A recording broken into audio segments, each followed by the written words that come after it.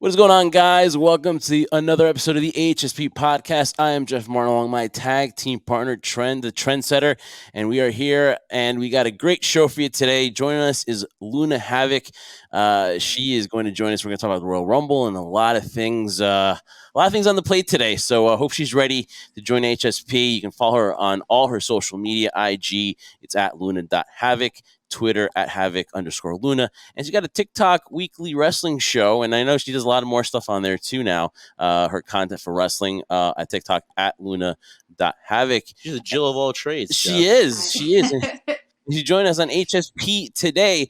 Luna, what is going on today? How are you doing? Now we talked about how we're doing before, but now really, how are you doing? Just freezing my ass off in Canada a little bit. But other than that, it's going pretty good. How cold is it over there? It is actually dropping down to minus 26. Ooh, goodness gracious. Yeah, it's all around just a bad time. Knock on wood here in the East Coast, because we're New York, New Jersey based, so we really haven't gotten hit that much with the winter blast this year. Hopefully, there's a few more months left of winter, and we don't see it at all. But stop bragging to Luna. We feel we feel for you. I mean, so you're comfortable is what. Yeah, you're that saying, Luna is basically just a regular Wednesday for her, minus 20 degrees. Luna, so listen, we're gonna talk about the Rumble, but just really quick about yourself. Just your origins, how you became a wrestling fan, and what made you want to cover it, because everyone's doing it that's a wrestling fan. Everyone has their opinion, and you took it to the level where, hey, you want to put it out there on social media. So just a little bit your backstory and how you got to doing your weekly show here. So going all the way back. So when I was a little kid, we didn't have television, we didn't have cable, all that stuff. And my neighbor, his name was Todd. I will never forget him, but he got me into wrestling. I would go over to his house to sneak in some TV. So he really got me into wrestling. Fast forward, I was actually living in the Northwest Territories, which is I lived in Whitehorse, so the Yukon near Alaska. And while I was there, I really got into TNA and Impact. And I promised myself, fast forward a little bit more, that I would never get a TikTok, which most people do. But when I found Wrestle Talk, I kind of just found a lot of like-minded people that I don't have in Toronto. I don't have any wrestling friends here, so it was nice to kind of bounce ideas and all that off of people. So that's how I got into it. I really love doing the show. I also, Impact and TNA Wrestling got me through a really hard time in my life, and I just really believe in the product. So I kind of just I joke that I work for them for free, because I'm out there telling people, you got to get on their YouTube, you got to get on this. So that's kind of how I got onto Wrestle Talk and doing lives all the time, because there's a lot of people doing the WWE, but I kind of wanted to just get on there and just expand people's horizons into Impact Wrestling a little bit more, because I think it's really made a turn, and it's a really amazing brand. So yeah, definitely, obviously, and it's also good because everyone talks WWE, so you want to have a separate little niche there, and you talk about another company, Impact Wrestling, which I've always had a lot of respect for. I know a lot of people, that's the joke, to if you're an AEW or WWE person, you poke fun a little bit at Impact Wrestling, but a lot of great stuff has happened. Look at the many people that have come from Impact Wrestling to places like AEW and WWE, and the people that we talk about today. We encourage variety. Before, it was only one game out there, and now you have so many other places that you can watch. If you're not a WWE fan, like you said, Impact Wrestling, Ring of Honor, back then AEW, obviously, New Japan Pro Wrestling, the list goes on and on, MLW, of places to choose from and enjoy and kind of get behind. Absolutely. And I've always kind of been that person to kind of root for the underdog as well. I don't want to call them the underdog, but you know what I mean? I feel like it doesn't get enough love, and Impact Wrestling to me is the most consistent show out there right now over WWE and over AEW, to me personally. Yeah, so I can definitely see the belief there, and we'll talk about Impact because obviously you're a proponent of the company, and we'll talk about a women's division there that you obviously have Mhm. said in previous interviews is probably the best division, a group of women combined right there in Impact Absolutely. Wrestling. So we'll get to that in a little bit, but I wanted to have you on here because first of all, we love collabing with people. Your Instagram is on fire, your social media, your show is on fire, so we'd love, we respect your opinion here, so we want to talk about the Royal Rumble because a lot of people, if you're a WWE fan, you thought it was good. Cody winning the Rumble, Rhea Ripley, kind of predictable in a year where a lot of people were tuning in because there was maybe some unexpected stuff that would happen with the whole Sammy and Cody thing. Who should have gotten the main event? Obviously, Sammy wasn't in the Rumble, so it kind of cleared us all there with that. But you, we gave it. I mean, you ranked it either 5.5 or 6 out of 10, right? And we were a little higher on it. I really did talk to the trendsetter about it. I gave it about maybe like 7.5 to 8. But you were critical, and we want to have you on here and just see what were the slight things that, or the majority of things that you did not like about the Rumble. Okay. So gonna get myself into Don't worry, trouble we have here. enough time. So I personally did not like the predictability, and that's just a like an individual personal thing. Like I would rather see May Young give birth to a hand again than sit through a Royal Rumble that I know exactly what's going to happen. I mean, I found it boring, and I understand that there's going to be some predictability, but also to me personally, having Cody come in from AEW and win the entire thing just didn't make a lot of sense to me. Like for storyline wise, if we're gonna make it predictable, like wouldn't Sammy come in and win it? I just don't understand Cody when he was in the WWE, and then he became Stardust, and then he left, went to AEW. He wasn't really, in my eyes, maybe I'm missing something. He wasn't like the guy. You know what I mean? He wasn't a draw.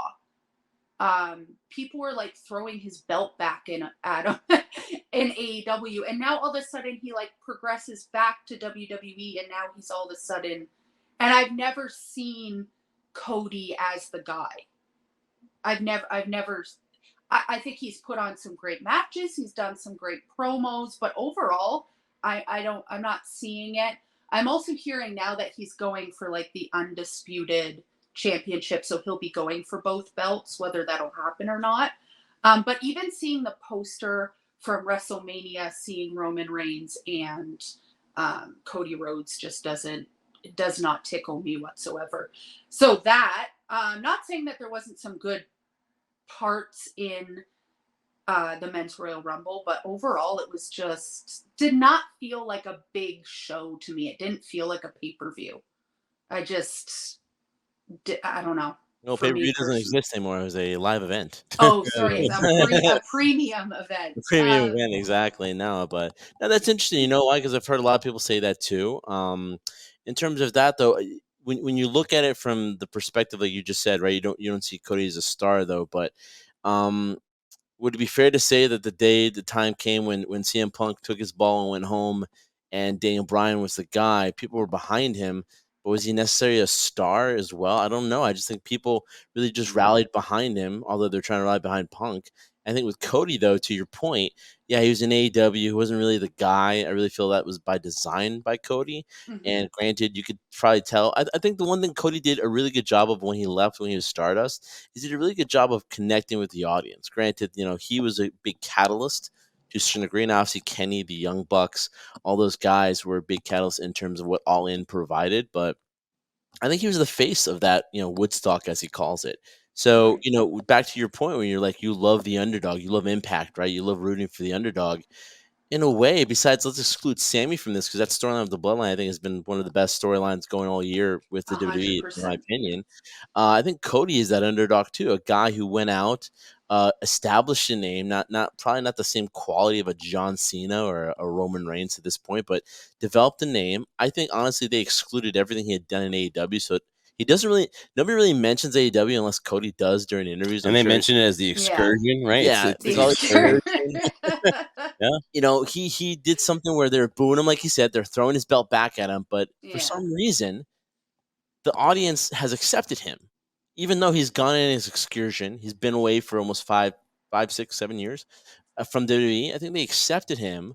Obviously, there's that connection with his father, but I just think if you exclude the fact that we don't see him as a star, which I see your point and what you mean, this is probably got to be one of the best underdog stories in terms of some get like the prodigal son returns and now he's finally figured it out and now he is the complete underdog because when you look at it, Brock Lesnar couldn't do it. Kevin Owens couldn't do it. The list of names and Hall of Famers, John Cena couldn't defeat Roman Reigns. It's a David versus a Goliath. If there's ever a true story ever written. So I'm kind of for it to see what's going to happen, but yeah, I probably like that promo that Cody did on Monday.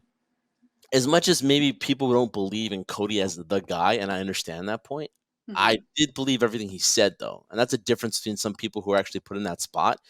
He was very authentic in what he said. And I was like, wow, this is the first time I've ever seen this from this particular side of Cody Rhodes. So that's what intrigued me about it. And the reaction of the crowd, I'm like, wow, there's something there that maybe you're not seeing or maybe we're not seeing clearly, but there's definitely something there that's undeniable. Oh, undeniable. Undeniable. Because I also do watch AEW. Cody Rhodes, to me, his promos, while they are passionate and they come across believable, I believe he believes what he's saying. He has a pattern, in promos, and I understand like he has a character or whatever, but I just feel like every time I hear him speak in promos, I've heard it before from him. Do you know what I mean? So it just like repetitive, repetition. Yeah. It's which like again, I don't know. And he feels very packaged to me. Yeah. And and like some people like that, or maybe some people don't see that. But for me personally, I don't like that. Like I like a little bit of grit on my wrestlers. You know what I mean? And if it wasn't Cody, who would you want to have been maybe put in that position? Because if you say Sammy, then he's the underdog, and he doesn't have. I mean, does he have that grit factor? Does he have? Like what would have made? He's a little gritty. So I actually did just a little bit. So this makes absolutely no sense. But my prediction, not prediction, but my want out of the Royal Rumble was Kofi Kingston. Oh, okay. Which makes no sense. I mean, no, but I'm not. Because honestly, though, he had to me the most entertaining match at WrestleMania 35. I mean, that to me, that should have main evented. And again, I'm not against women's wrestling. I'm glad they main evented at WrestleMania. They made history, all that good stuff. But at the end of the day, when you go back at it, we were there for that event, and after Kofi Mania. The crowd kind of was in a lull, and that match. I mean, it was a long night. Let's be honest. That was WrestleMania. It was still one night, right? So it was a long. It was the last of it being one. Yeah. So it was one cold night, and people were super on a high from that match, and then they couldn't get that back for the women's match, and we felt it there. And I don't tell us why Kofi Kingston. We get it. He had the best match of that WrestleMania. So tell us why you think Kofi.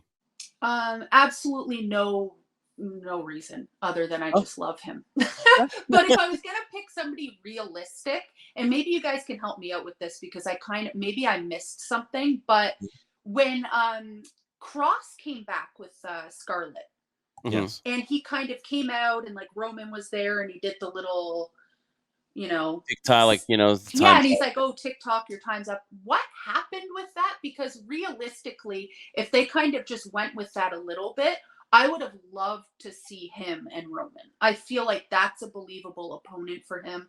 I'm a huge fan of Cross and Scarlett anyways, but I don't know why they're not connecting. I don't know what. I mean, you can obviously tell him losing to Mysterio on SmackDown. The second I saw that, I was like, oh my God, even Triple H has given up. He's throwing the hands up. I think, at least for now. But I mean, he's got the girl. He's got the intro.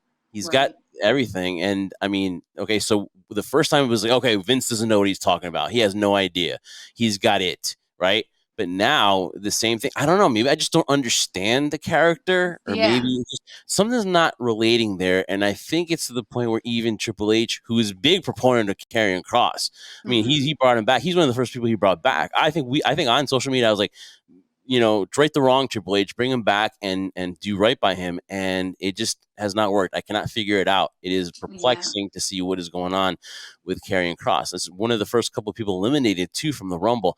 I don't get it, Luna. I mean, your guess is as good as mine, but that's a really big mystery of why just Karrion Kross can't connect. Well, let me jump in here for a second, guys, if you'll let me. I think Karrion Kross, the thing that when he left before, when he had been brought up from NXT and they had built him up so well, and then he was used the way he was, loses Jeff Hardy in under a minute, and then all of a sudden he's on main event. He's not on TV anymore, and then he left. I thought that left such a bad taste that when we saw him again, we're thinking, oh, this is now the ability to do it right the time it was supposed to be done the correct way. But in my opinion, I hate being sticklers for this because I never really think it's that important. But in terms of production wise, it is. To see Karrion Kross with the hair, again, not a big deal, but it kind of threw me off a little bit. I'm like, all right, it's a new look, going for the same type of character but different style. But I have to admit, when I first saw him when he had the rivalry with Drew McIntyre, I thought he's the one that should have really gotten over on that sense because Drew was already established. But it didn't click for me. These two, when they're in the ring, it didn't work. And Karrion didn't look like he was in the best shape possible too. So it looks like he was still not back into ring shape. So I think from that standpoint, when you have that first impression, we all know first impressions are very important, especially in wrestling. And you have a second time to give that first impression. I think Karrion failed on that one. Besides the fact that we showed up on SmackDown and he attacked Drew McIntyre, brought down the hourglass and the sand going down. We're thinking, wow, he's gonna be put right in the main event picture, and just didn't develop that way. But I thought the presentation wasn't as well as the first time we saw him. That's fair. Yeah, and that's the thing is he is so charismatic. He's amazing. He has the look. He has the girl, as you said. When you listen to him in interviews, like outside of wrestling, he's such a cool guy. I just want to always listen to him. But I totally agree there is something missing when he goes out there. Like when you see people like Zack Ryder go out there and just get themselves over naturally, no matter what they're doing to him. You're kind of right in the Karrion Kross doesn't really do that. It isn't really translating on the main roster, which is kind of sad because I like him a lot. Yeah, I mean, definitely. I root for him. I was very happy when I saw him come back that first time. Like you were talking about first impressions, I was impressed that first time because he came back, made a big impact on the show, and I was thinking, okay, but then just something happened where I don't know. Obviously someone's watching something and they're like, okay, the crowd's not getting it or whatever. You can't blame Vince now because again, we were always saying, oh, Vince doesn't know how to make a star anymore. We can't blame Vince anymore for things anymore. That was a great cop out. They always so out of touch. Can't do that anymore. Now, before we go to the other matches, is another person is Seth Rollins because I think he deserved a shot because that Roman and Seth thing that they teased at the Rumble last year, and to see it maybe on a bigger stage with WrestleMania and just see him, seeing Seth just basically be in his prime right now and be like untouchable as far as having an equal. I think Seth would have been also deserving of that spot at WrestleMania. So you had three people, and Sammy, Cody, I still think because I just think just Cody coming from AEW and just being polished. And I think that the fans, honestly, there's a lot of fans, Luna, that wrestling fans, WWE fans, that don't even know AEW exists and think he was just away. Sure. Yeah. So and then I thought so too that he's not winning the Rumble. He's going to be the guy that beats Roman Reigns, an AEW guy. If Vince was there, I'm not sure if he would have beaten Roman Reigns at WrestleMania, right? He probably would have main evented, but beat Roman Reigns, an AEW guy. Now you see that Triple H connection with Dusty and Cody, and you can see that, Cody could be the guy.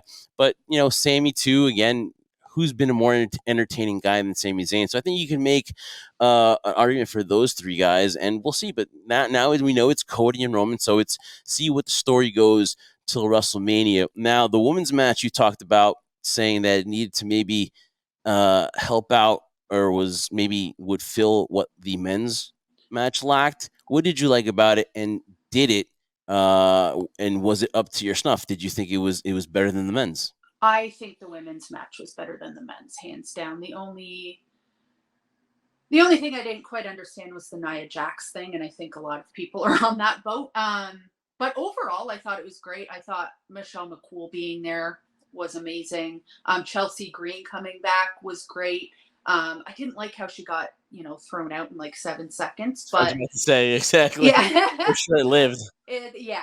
But overall, and here's a case where the winner was predictable, but it just made sense to me. Like I feel like she's put in Rhea Ripley's put in so much work. She just looks the part. I feel like she could be an amazing champion. I just thought that match was just cleaner, but it just made more sense to me. I don't know. The finale was awesome. I mean, the It was finale. Yeah. Ripley is just amazing. Like That it was sequence. just so good. Yeah, absolutely. So And that yeah. was predictable, but it just made more sense. And the couple MVPs trendsetter in that is Asuka looked phenomenal. I mean, that was freaking awesome, man. Oh my god, I'm so happy. Yeah. I love her so much. I could have loved, like, if she just took the entire thing, I wouldn't have been upset either. Another MVP was Walter, aka Gunther. Yeah. Did a really good job. I mean, being number one, and people looking at him as Triple H, Cody. A lot of people singing his praises for what he accomplished. I mean, there's really never a time. Granted, a lot of people might have their own feelings towards Gunther, but he really stood his ground. Like there are moments where he was there and people were just excited at the potential, and he was never one of those individuals that were like off camera for a certain amount of time just resting. He was in the action at all times. So big credit to him. I would consider him MVP of the Royal Rumble. Oh yeah, I still call him Walter. I can't. Yes, me too. Still, but I'm a huge fan of his as well. Yeah, Another person actually from the men's Royal Rumble is I'm a huge fan now of Austin Theory. Oh, yes. always Oh, a fan of him. Talk about an it factor. He has something about him. Granted, I hate the fact that he's an incredibly handsome guy. I hate it. Yeah. And he can grow a beard so amazingly. His hairstyle, Beard, yeah. yeah, exactly. We've had Austin on the show before too, prior to him to WWE, and it's like the guy just has something about him. A certain, he's very He's very down to earth, very mellow. But when he's on that in that ring and on that stage, there's something about him, an aura about him. Mm-hmm. And when he lost or used the briefcase and it wasn't successful, like that whole storyline, and he came back and he was like this weird or this big heel, and like it just, I don't know. I wasn't a huge fan of him before, but him losing the briefcase and everything after that, it just worked so well. And I'm a huge fan of his. I actually was cheering for him and surprisingly Logan Paul for some reason. That happens. As many people hate Logan Paul, you cannot take anything away from the fact that he gains a reaction. I'm sure there'll be a lot of haters that he hasn't put his time in, he hasn't paid his dues. We all understand that, right? But the mere fact that you can come in, I guess you could say you come from the streets and pick up this, which is so difficult for people to pick up, not just in ring, but also to get that reaction from the audience and play off that reaction, which people spend 10, 15, 20 years to master that to a certain degree. Logan has that as well too. So I'm right with you there. I think people who hate on him or the Paul brothers, it's like we wish you're in that situation because they get it. They understand the entertainment value of it. Absolutely, he's amazing. And his big moment in the match with Ricochet was phenomenal. Like he always has those big moments in matches, He's just I hate how much I like him. Yeah, he's an amazing healer too. Apparently, he had a 20 ACL. He's back. Yeah. Oh my god. Yeah, what was up with that? I was like, what was that prognosis? I've never seen such a quick recovery from a torn ACL. I mean, it's mind-boggling to me if that's exactly what did happen, or maybe they kind of kayfabe the injury a little bit. That was crazy. But all these athletes, all the haters that are on like Logan Paul or Bad Bunny, even the thing is about these guys that they're fans. They know what's going on, right? Mm-hmm. So they know the business, they know entertainment, they know what is entertaining from that. From the musical world or from the YouTube influencing and stuff, like they know what works. They spend their time. They don't just show up there and put like whatever kind of videos up there or whatever kind of music. They know what works. And when you're in pro wrestling, sports entertainment, right, especially WWE, you need to entertain. And I think that's what they do. One last person I want to talk about before we move on to a few other things. I want to ask one more thing too, real quick, Jeff. Is that you said how much you wanted and so behind Luna, you're still behind Kofi Kingston, right? I asked this to Jeff during the Rumble too, and I want to ask your opinion too. It's that are we now? He's been known for having these amazing saves in the Royal Rumble, doing these amazing things where he hasn't been eliminated. Are we now running an unfortunate pattern now, or he's just not doing it correctly? Last year, he botched the jumping on top of the ring. This time he hit the chair. It looked like he really hurt himself. I didn't think he. Like I that's didn't. 2 I saw one years now in foot. a row. That's Yeah. weird. That is weird. Yeah, it was so. It doesn't like him. Wow. Yeah, I think unfortunately he just needs to stop because he's really. This one actually scared me when he hit the chair when Woods kind of pushed it over. That actually scared the shit out of me. I thought he really hurt himself. So I haven't heard anything since then. But unfortunately, I think it's about time to wrap that up. Yes. I just want to get that in there. Another shout out to I think who really did a good job at the Women's Rumble, and that's Liv Morgan. I think she did a great job. I think she's ever since she won Money in the Bank. Ever since she cashed it in. Yeah, a lot of people are gonna talk about that title run, fine, but I think she's just progressed better as a wrestler to be the third one left in there. I think she sold the mist. No, she was the last one. She was the last one. Yeah, so it was 1 and 2. It was 1 and 2 that are left on the ring. Yeah, it was her, Asuka, and Ripley, and then Asuka gets knocked out, eliminated, and then Rhea, who's number 1, and Liv was number 2, and the Royal Rumble. It was pretty good. I like that spot. Yeah, so shout out to Liv Morgan because I thought she did a great job at the Rumble, and now obviously it's WrestleMania season, but a lot of things also going on too. And then finding out now this week that Kota Ibushi is going to be his first. He's a free agent. And he's going to be performing for GCW during WrestleMania weekend at Bloodsport 9 and Janela Spring Break. We got to see him here when he was doing the stuff for NXT for the Cruiserweight Classic, right? And so a lot of people only saw stuff in New Japan, and of course, the stuff he's done with Kenny. But now you get to see him in the States. You get to see him in California for WrestleMania weekend. I know you posted that. How are you feeling about that? I'm super excited. First of all, I love him. I love everything he did with Kenny and the Golden Lovers. I just think he is just the best. That being said, I'm a little pissed off because I'm going to see GCW in Canada. They're coming here like 2 weeks before he debuts with GCW. So like personally, I'm a little hurt, but I'm super excited to see him again. I hope I see him in more places, GCW. I would love to see him in AEW with Kenny again. I just want to. Do you guys think this is something where he's going from promotion to promotion and doesn't necessarily sign a long-term deal, or do we see him in WWE or AEW long-term wise? I would love to see him just jump around a little bit and kind of do his rounds and kind of because I think he's so amazing that more people in North America should see him, and not everybody watches GCW, So would I love to see him in WWE? I'm going to have to go with no, because then he'd probably have to sign, right? Oh yeah, you have to sign a contract. I wouldn't want him to do that. How about the Jay White rumors, Luna? Obviously, that's a person that you were kind of, there were rumors about him at the Rumble, but let's be honest, contractually he couldn't do it, or rumors that there's it's going to be between AEW, WWE. His contract is coming up soon. I know he's got February gig up that Valley show in LA for New Japan. Where would you like to see Jay White end up? I would love for him to just stay with New Japan, to be honest. I also, sometimes he does come to Impact and he does the whole thing with the Bullet Club, like with, I'm a huge Chris Bay fan. So he's like with them sometimes. So again, I don't want to see him go to WWE because then that will stop. And that's kind of my issue with some of these bigger players that aren't with WWE. If they sign with WWE, then they're kind of stuck in that spot. And I don't want to see him leave Japan fully.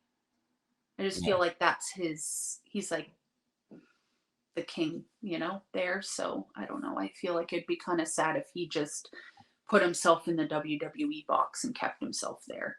Now, when you say that, Luna, and you say like for Kota Ibushi and Jay White not wanting them to go to WWE, is that still from the feelings you had when Vince was running it, or do you think the same rules still apply now that it's kind of under Triple H's creative?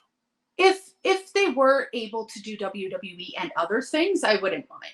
But the problem with the WWE corporate brand, I don't think they could do that. Like doing Ibushi doing GCW, let's just say, and doing WWE, if he could do that, or if he could go back to Japan, or Jay White could go back to Japan, and they would allow those things, then I wouldn't mind. It's just there's certain people I don't want to see just on the WWE brand and only that. That's my only issue with it. It's not necessarily the creative, because I feel like the creative from when Vince was there to now is like night and I don't want to say day, but it's getting better. But it's just being stuck in that one WWE universe for some people. I just don't feel like it sits right with those characters. Same with like John Moxley. Like when he was just in WWE, he didn't seem, and he's spoken about it now, he didn't seem happy just because, and it's not because WWE is bad or evil or anything. It's just there's certain people I don't feel fit in that box. And I don't know if Jay White is that guy. You know? Yeah, totally agree. I mean, there's some people that you look and you know they fit certain companies, they fit that mold, and there's other people that you would love to see. Like I said, that forbidden door is wide open, and the only place you're gonna, I mean, there's little cracks in it with WWE. If you saw Nakamura early, you know, on New Year's Day, Yeah. you saw that, and then there's a little bit of more opportunity. You know, Tony Khan has talked about like a World Cup, or I think no, it wasn't. It wasn't Tony Khan, but I think there was talk about a World Cup between New Japan, AEW, WWE. You'd love to see it, but at the end of the day, like WWE would never do it because if it doesn't benefit them and it's not going to be, you know, their guy. If Roman Reigns is not winning that World Cup, I mean, I'm sorry, you know what I mean? Like it's just not happening. So I can see you could see a World Cup with AEW, New Japan still be satisfied because you're seeing your stars. So I could see where like you know you'd love to see a Jay White just take on all these different people and not have to worry about boundaries and restrictions just because you're at a different company. Well, it's like when we saw like I can't help myself. I'm a fan of Nick Gage. I know people have their views on him. I just think he's such like a little muffin. I don't know. There's just something about him. I love him. That's one way of describing him. Yeah, I don't know. Listen to his interviews. He's actually like the most wholesome fucking person somehow. Yeah. I don't know how. But take Nick Gage and put him on AEW as we saw. That did not work. It didn't look right. Yeah. He shouldn't have been there. There's just, and it's nothing wrong with AEW and it's nothing wrong with Nick Gage. I mean, that's up for discussion. But seeing them together for me, I was just like, oh, no, I could do without this, you know? And it's just there's certain people that I just don't feel fit on certain stages and the stages don't fit them. And I feel like that's the same with Jay White and Ibushi. So that's all. Good. Like I said, there's nothing wrong with that. Everyone has their opinion. Yeah. You know, Trendsetter, one of the things. I have my opinion on Gage. Yeah, exactly. It's more of a personal thing between me and him. What? Oh, you got to hear the story. You know, so we were doing a podcast. We're doing our show over there at a wrestling event here in Jersey, in Woodbridge, New Jersey, and he was on the card. And so our equipment, which is not cheap, is set on one side. It's a huge fight, and he's coming over to our table and wanting to powerbomb this guy on here. We're like, no, you're not doing it. And yeah, it was a little war of words because it was during the match. Exchange of words between the two of us that were like, you're not effing doing this. Or not, I'll sense myself. You're not fucking doing this here. And he's like, get out of the way. And like, I was like, you know, I'm willing to sacrifice myself for the safety of the equipment that I spent a lot of money on. So I've not been a huge fan of him. Don't hate the guy, but in terms of that, I'm like, yeah, you're not doing that here. So. Or talk to us about it before you can do the spot, right? Like, actually run it through us. Don't just pick our table out of the blue where we have all the stuff set up for interviews and stuff. It is what it is. You know, stuff happens. One of those stories that you laugh about now, which is like, well, but at the time, and at like the time, it was probably a little scary and. Oh yeah, I wasn't scared for the guy. I was scared for my stuff. I was scared for my wallets and all the payments we had to make on it. Yeah. So I like this kind of talk because, again, you have your opinions on the Rumble. You have your opinions. So did we. And obviously, it's a friendly banter, friendly, conversation. But you made an excellent point, too, that you kind of tend not to have wrestling friends because there's a situation where, like, if you don't believe one side or you're not a fan of that, then really there is no meeting in between. And Right. so I kind of have made the analogy where it's kind of become now where, like, here, especially in the United States, is we kind of like you're taking like your political side. Where obviously you're WWE, Yeah, and people take it way too seriously right now. they're the here would be referenced to as like the Republicans, the business, the Right. corporation, right? And you have the little guys, which AEW wants you to believe, but obviously they're backed up by a billionaire, but still they're the little guy, right? Because there's Hmm. no comparison right now. There's years No. behind WWE as far as reputation. And you have Impact Wrestling, GCW, MLW. You have little guys, whatever. So if you're a fan of that and a fan of that wrestling, there is no in between because WWE sucks in their eyes. And for WWE people, they make fun of the crowds at these arenas. They make, there's just no in between. Do you feel there will ever be a way, and people making up these wars, fake wars between AEW and WWE, which is mind boggling to me? Do you ever think there's ever going to be a medium where we can all meet in the middle and just freaking enjoy watching the product? No. I agree 100% with Luna. No. I was about to say Yeah, too. I like. First of all, not even just as wrestling fans, people don't like when people disagree with them, which Mhm. especially over a fucking television show that people are getting up in arms on the internet. Like, if you don't like something, either don't watch it. Like, why are you going to fight with somebody about a fucking television show? It is mind boggling to me. Like, if I don't agree with somebody or they don't agree with me, I'm going to wake up and see tomorrow. Like, it's going to be okay. You know what I mean? Like, this whole fighting about like AEW, WWE, I can say things that I don't like about both of them. And No. guess like life goes on. Like it is shocking. But I have been on, I'm on TikTok, I'm on Twitter, and I talk to wrestling fans, and I made the mistake of joining Facebook wrestling. Oh, Mm. God bless you, Luna. Oh my, I was on it for 2 days and I was Mm. gone. I Why'd like, you lasted that long? oh my god, it's brutal what people will say to each other. What was it? I can't remember. It was something about Kenny Omega. I love Kenny Omega. I think he's great. And that apparently is not acceptable on Facebook. So the vile things people will say to you if you have a difference of opinion on certain social media, on all social media, but it's more prevalent on Facebook, Twitter. I would say, Twitter. or even YouTube. It has Okay. been a little rough.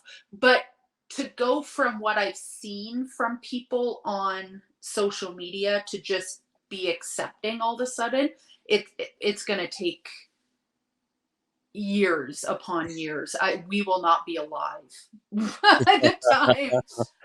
And I Oh just man. feel like also, um, I do volunteer in pre-pandemic. I can't do it now, but I have volunteered in mental health, and I still work a little bit in that. And just seeing how the pandemic and lockdown has affected people's mental health, I feel like people are just angrier in general.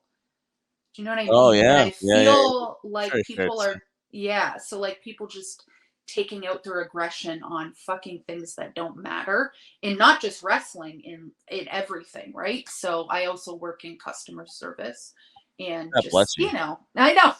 What am Hmm. I doing to myself? Nah, Uh we come from the same road too. With customer service as well, and there's I don't really necessarily always believe in the adage the customer is always right. I don't generally believe that philosophy at all, because sometimes people take advantage of that. But to your point though, you're describing all these things that were going on, and joining Facebook for 2 days. Like I said, I'm surprised you lasted that So long. I'm surprised you guys would have said Twitter, because Twitter to me is just Yeah. Twitter has been, man. people on Twitter to me, fantastic. Okay. Okay. I've had I mean a little bit, but nothing bad on Twitter. TikTok um has its moments. It's, for me it was Facebook and YouTube. For some YouTube, people just hate me on YouTube. So good luck with this. We're not worried about it, but you said you worked in mental health though, so I wanted to ask you though, with all that stuff, when you do things like this, what Jeff and I are doing, and what you do with your show, right? You leave yourself open for criticism, especially when you're talking about something as you would think simplistically as pro wrestling, right? They're very strong opinions. People can be very mean. The internet wrestling community can be very vicious at times, right? More cases than Especially as a woman. Let me just not. put that out there, because some of the things that people say to women online, Yeah. as wrestling fans, I see it a lot. There's a lot of like my girls on TikTok that are wrestling fans, and some of the things that men will say to you in the wrestling community is crazy. But anyway, sorry, go No, on. most of the time they say things like that, but never have the courage to say it to your face. That's Absolutely what not. I find out as well. But has any of that ever soured you from the moment to say, you know what, I don't need to deal with this. It's taken away from my enjoyment as a fan. Has that ever crossed your mind? Because some people who do this sometimes, when you dive so much into it Mhm. and you see it, maybe you don't enjoy it like you once did when you were growing up watching it. Has that ever happened to you, or you've been pretty consistent despite all the negativity that comes along with doing this and leaving yourself open for criticism? No, not at all. Actually, it hasn't really bothered me. The only thing that I have an issue with is my own mouth. Like, I'm pretty sarcastic, and typing comments to people sarcastically can cause some issues. So I've had to apologize to a few people. But other than that, whatever, the criticism is what it is. It doesn't really bother me at all. Hasn't deterred me. The only time I felt deterred from watching wrestling was when Jay Briscoe passed away, and I didn't watch wrestling. I said, "Fuck this! I'm never watching wrestling again." But what people have to say to me doesn't affect my love of wrestling at all. No. Yeah, that hit home. I still think about it, and it just I don't know. It still hasn't really sunk in. I guess Hmm. because I don't know if you ever met him in person, uh, but really awesome guys, both of them. We met him on the cruise for Chris Jericho. So like you go in there and they're very intimidating when you see them. Yeah. You think that they're the guys that they're portraying on TV, and you see them, these have these amazing killer matches, but you talk to them and they're really good dudes. You go to, I asked for a picture, and they turned around, they had their guy do the picture, shook hands, talked for like a few seconds, whatever like that, and then I'm like, "Thank you for the picture." Like, no, no, no, we're here because we're working the cruise, right? We're working for you guys, whatever. Oh. So and awesome. And then we went to an event in Baltimore, and they're literally every story you hear about, like Tommy Dreamer saying that they were literally hanging out with the fans. The parking lot, they're hanging out with the fans. Like after the show, they're just sitting there. We're walking to our car, and they're like in the parking lot, talking to the fans. I mean, really, really Oh. true guys. And I don't know, it just hit. And then watching that tribute show Oh on my God. Dynamite. And Mark, I Yeah. don't know how. Like I know Mark is kind of coping it like with humor, and he Humor and and faith faith. and Yeah. faith. But man, that's just a tough thing. Every time they pan out, and you would see, the side where Jay would be, especially by the, and you're thinking like he's not there. I give props to the family and give props to Mark and all of them for coping with this, man. And it's just I don't know, it just hasn't sunk in, and it was tough when I heard the news. It was really Mhm. really tough. So yeah, I feel you there, Luna. That was really shocking, tragic, and devastating news. That was, yeah. Somebody told me on Facebook first, like an hour before Tony Khan, but I thought it was just like somebody trolling because, like, we talked about Facebook, and I was like, whatever, shut up. And then when it was announced, I've never met him. I've only ever seen them live once when I went to War of the Worlds, the New Japan ROH thing, years ago. But there's something about the Briscoes, and I fucking ride for the Briscoes so hard. Like when all that Jay stuff came out with the tweets and stuff, I was like, no, fuck you guys. This is like, um, I ride for them so hard because they remind me of my family. Like, the chicken farm, the Mark and his no teeth, and like that's like my family, just I don't know. They just remind me of where I grew up, and I just connected with them so much in their humor. And, I'd always be the one thing on Facebook. I follow the Sandy Hook page that they have, and they Mhm. would do the promos, and I'd watch them all the time. And I felt like they were talking to me, like they connected with their audience so much. Even if you never met them, you felt like you were part of their family. And I think that's what it was. It just stung so hard for like, usually when wrestlers or famous people pass away that I'm a fan of, um, you're upset, but this was like personal. It just, I don't know, it sucked. I never wanted to watch wrestling. I didn't watch wrestling that whole week. I was like, fuck this, I'm gonna delete my TikTok. Like, it went hard for me. Yeah. That really sucked. Yeah. And No, just seeing how good of a dad he was and all yeah. that. Yeah.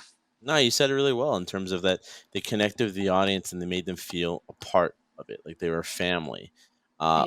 A lot credit goes to the examples Jeff brought out too. We met the Briscoes and they just felt like real individuals. And even on the cruise when we met them, they were literally like 3 cabins ahead of us, and you would see them with their kids. They were very family oriented. It was very They important brought their to them. kids on the cruise. Yeah, their wives and Oh, kids were on the cruise with them Yeah. too. Yeah. They're in the oh my cabins as they god. were making the rounds, doing making the rounds of the signings they had to do. They were there with their kids too, and they never treated anybody the way they didn't want to be treated. And like what they said on the after the match, and Mark Briscoe had won, they basically described Jay Briscoe as a man's man. That's what he was, and that's how important it was for Jay Briscoe to be that part of Yeah. the influence he had with so many people.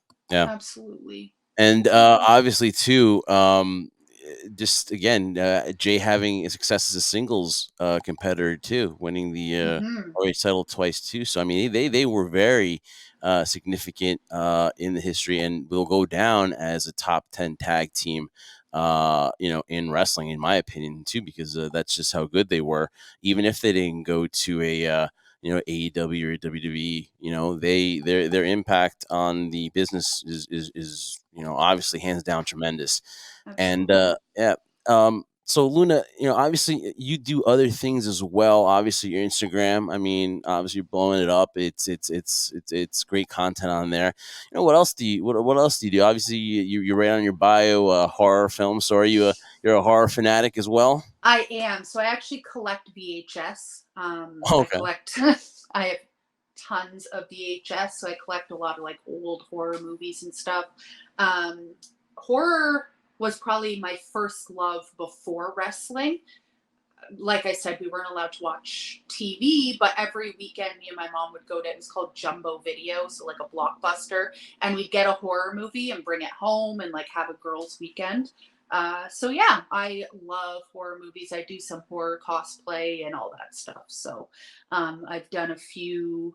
I worked a few like fan expos for the horror nightmare thing. So that's kind of where I started with social media. It was more horror than wrestling. And it's kind of went back and forth. So now I'm kind of just doing both, but I'm a huge horror fan as well. What are some of your favorite ones? If you had to give like a top 5, in no particular order, of course, because I know it's difficult. What are some of the top 5 that you would go to? Like, listen, these are top. I mean, a lot of people when they tell me these things about horror films, it's nostalgia behind it, right? So, what are some of the nostalgic ones behind for you? I'm going to have to go with Tourist Trap, Nightmare on Elm Street, which is just a classic, Rosemary's Baby, Creep 1 and 2, which are more newer, but those are amazing movies. And I'm going to have to go with Hellraiser. And there's a whole story behind that. But Hellraiser was like, I'm just going to say it, like Pinhead when I was like, not a kid, but when I like, he was my like sexual awakening, was Oh, Pinhead for sure. I don't know if I could say that on YouTube, but you can beep it out. Yes, But like, I love Hellraiser so much. It's just like the best movie. So a lot of people hate it, but And I'm gonna have to take your word for it because I'm a pansy when it comes to watching horror flicks. No Every way. experience is guy. So I will, yeah, I'll go running, and it's not against the movie. I just have a weak stomach, and I'm just, I'm not into that scene. But I'll take your word for it. I'll make this my top 5, so when anyone ever asks me, I'll just fake it and be like, "Oh, this, and that." Creep. Uh, And, Yeah, I'll tell everyone that Pinhead was my sexual awakening too. Can you please make a whole video about it? There you go. We'll have her back on, and that'll be the topic of the show. Yeah, do you ever plan on maybe like coming, or have you come to the States to catch a show, or? I have not. I've been to the States quite a bit, but I've never been there to see a wrestling show. I would really love to go to Jersey. I have a friend in Jersey, so I'm supposed to go visit her soon. So I'd love to go see some like GC dub. All right. Well, we're in Jersey, so definitely the invite is there. Whenever you want to, come down, and whenever we'll make that happen. We'll do a little collab and stuff like that. I think And Luna's the only Amazing. person I've ever heard that say I would love to go to Jersey. Ah! no, I thought Nobody loves to she go wanted to to see a Jersey. wrestling show. while I she's know, there. I know, Yeah. but that coming out Isn't to me Jersey is nice? I've heard amazing things about Jersey. um Are they wrong? Probably. No, I'm Sure, not gonna they're- I'm not gonna diss my state. Probably but, right. yeah. I'm not gonna diss my state, so I'm gonna say yes. Jersey is lovely, and whatever will get you over here, we'll do make it it. happen. And Exactly. definitely, let's do it. Definitely. Luna Havoc, thank you so much for being on the show. Totally appreciate your time and just everything here. Hey, listen, you can have it. What we have proven is that we cannot agree on something and still get along, and then hopefully make plans down the road to catch a show in Jersey. So if you learn nothing Done. from this, it's just, let's all get along here, wrestling fans. No, it's easy to get along with Luna. It's just getting along with you, Jeff. I just Yeah. yeah. See, Luna will go, and I'll see her maybe next time in Jersey in a month or a couple months. But this guy got to deal with him for 24/7. So that's the deal with that. He looks so stoked too. Oh. It's like, no. Yeah. You, yes, you. Obviously, you, Luna, of course, 100%. This guy here. this guy. Not so much. But Luna, really appreciate you. You can follow her on all social media. Again, IG at Luna.Havoc, Twitter at Havoc_Luna, and on TikTok, catch that weekly show. She puts a lot of content on there anyways, though. She has an opinion on something, she'll put it on there. And I can't wait to hear her opinion when Cody Rhodes does the unthinkable and defeats Roman Reigns. Oh my for God. the undisputed WWE Universal You know what? Championship. We got to have you back for that. Yeah. So after Mania, we got to have you back. And You if can Cody, have my Cody Rhodes reaction for sure. yes, Exactly. definitely. You get it You know it's first. going to happen. It's written in the stars, as they say. And it's just kind of the story that we can kind of tell. You even said it yourself, too. The Royal Rumble is pretty predictable. We know what's going to happen. You kind of have that feeling that's where they're going. We'll see what happens because we know wrestling is a funny business where it can change in the last minute, but it looks like it's leaning in that direction. And to the people that are complaining that Sammy should be at Mania, and everyone's like, listen, Sammy's WrestleMania is going to happen in Montreal when he takes on Elimination Roman Chamber. Reigns at Elimination Chamber. That's I'm going to so be his. excited for that. That's going to be his Mania. That is going to be one hell of a ruckus crowd, if I say. It's going to be Montreal's known for a lot of things. Obviously, the Montreal Screwjob. It's always been a great audience. Great the wrestling Hogan town, too. reaction, right? That's where Yeah. Hulk Hogan got his. Canadian wrestling fans are like none other. It's No, I nutty agree. here. Yeah. And again, Luna, thank you so much. Again, that Thank you TikTok, so I want to much. get that in there at Luna.Havoc. Thank you so much. Again, if you do come to Jersey, definitely hit us up, and we'd Oh, love to for have you sure. back on after Mania so we can hear your opinion on what might be Cody Rhodes defeating Roman Reigns. So, Let's She do looks it. So happy about it, of course. Stoked. thank you, Luna. Appreciate your time. Thank you so much.